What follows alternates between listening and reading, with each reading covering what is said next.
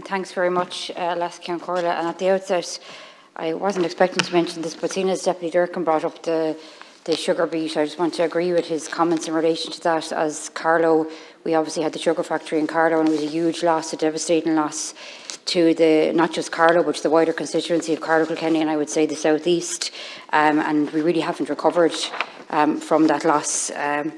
So I just want to support his comments in relation to that, and hopefully, I know that there's various groups trying to maybe revamp that industry, and hopefully they might be able to count on the government support with yourself, Deputy Durkin, if they're looking for support there.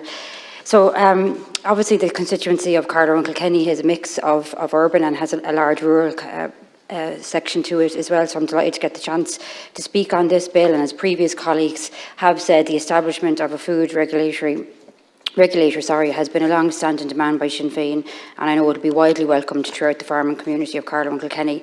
I'm often contacted by various farmers, the beef and sheep farmers, who feel large processors and by extension retailers that they sell to either at factory or through their local marts are reaping huge profits, and it's at their expense. Pricing per head has been falling, and I know from those I've spoken to that they are angry.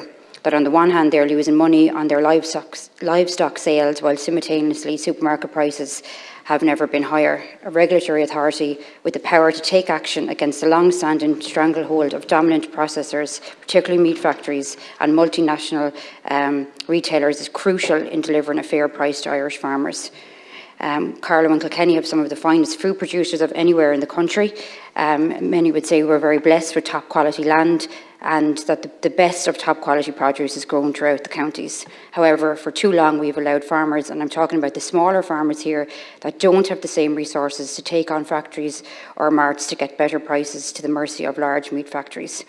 Our animals are predominantly on smaller family-owned farms, are free-roaming with first-class traceability practices, which all ensures we are producing exceptional and sustainable foods that many other countries just cannot compete with. I know my colleague, Deputy Matt Carthy, has spoken on many occasions about the significant delays in getting this bill to this stage. However, I do welcome that we're actually here. I think it's positive, but it's important that it's just seen as a first step, as I think there is obviously a lot of amendments needed.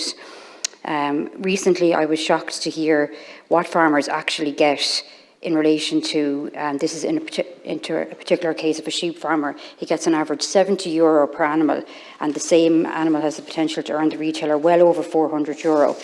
Now, I actually think when people hear that, like, if you're not involved in agriculture on a day-to-day basis, you'd be shocked, because we all know the price of meat in supermarkets or butchers, and obviously farmers are not getting their fair share of that in any way, shape or form.